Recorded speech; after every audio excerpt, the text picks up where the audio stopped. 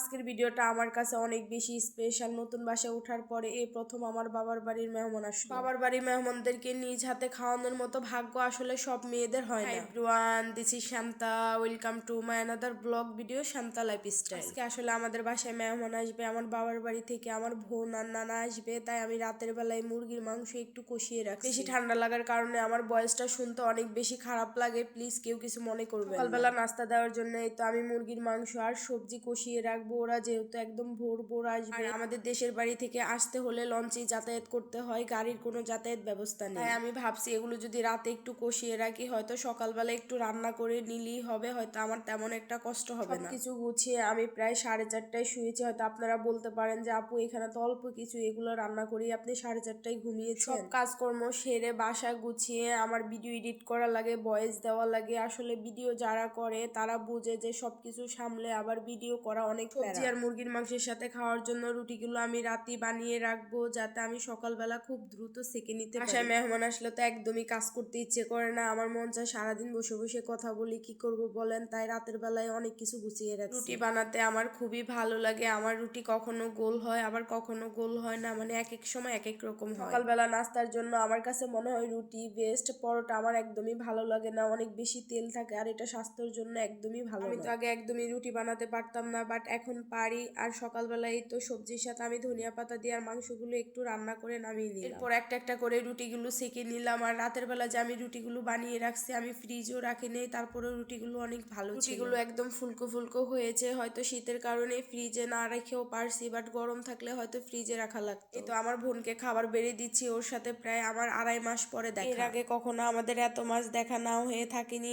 এই প্রথমবার। আর হয়তো বেশি গেলে হয়তো 2 মাস পরে দেখা হয়েছে। আমি বলছি আমি পরে খাবো, আমার পেটে একদমই ক্ষুধা ছিল না, তোমরা দুজন খাও। তো ওরা বসছে খেতে, তো আমি একটু বেড়ে দিচ্ছি। আজকে আমি অনেক খুশি, কারণ আমি আমার বোনকে দেখছি অনেকদিন পরে, আমাদের দুজনের সম্পর্কটা অনেক বেশি ভালো।